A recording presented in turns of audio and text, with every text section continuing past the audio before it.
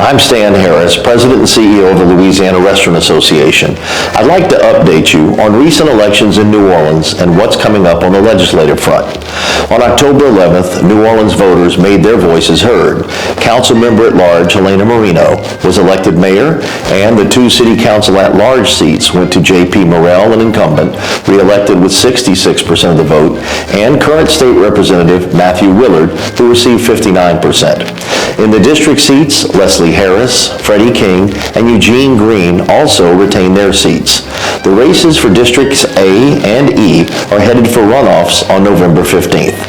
Our Louisiana Hospitality PAC provided contributions to each of the candidates who were elected or re-elected. We also provided contributions to Amy McCarron in District A and State Representative Jason Hughes in District E. Our goal is to support elected leaders who are willing to listen to the hospitality industry. Our ask to each candidate is simple. We need timely response to our communications, and we need them to oversee local government with transparency and accountability. Over the last 4 years, during this term, these connections became invaluable as we navigated so many issues that face New Orleans. The results of the primary election shows that New Orleanians overwhelmingly chose experienced, accountable leadership. There are also ballot initiatives to approve a $415 million bond issue for New Orleans infrastructure, and in Baton Rouge, the Thrive initiative to rededicate existing tax millages is a critical opportunity for the capital city. We're also working with the city of St. George to provide insight and ideas as they develop their licensing and zoning ordinances that could have an effect on our members' businesses. Beyond politics and elections, our G&O members have been active in the community, providing more than 8,000 hot meals for first responders during events like the recent Super Bowl, Mardi Gras, French Quarter, and Essence Fest, just to name a few. We continue to engage on local issues from sanitation to pest control and supporting the New Orleans Police and Justice Foundation.